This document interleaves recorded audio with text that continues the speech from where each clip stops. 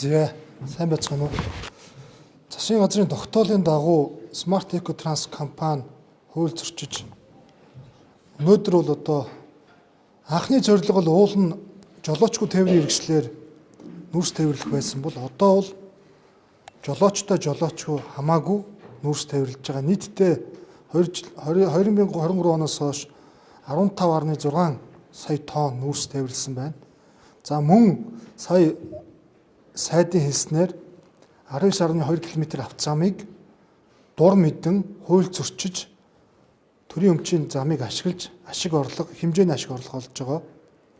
За мөн одоо сая хэлсэн энэ газрыг энэ одоо жолоочгүй тээврийн хэрэгсэл терминал нүүрс тээвэрлэх терминал гэдэг агуулгаар зөвшөөрлгүй юу газар ашиглах эрх олгоогүй байхад ингэж одоо ашиглаж үйл ажиллагаа явуулж байгаа байдал байна. Энэ тогтоогдож байгаа. Тэгээд бусад асуудлыг бол өнөөдрийн засгийн газрын тогтоолын шийдвэрийн дагуу хуулийн байгууллага наривчлан шалгаж хариуцлага тооцно гэж ойлгож байна.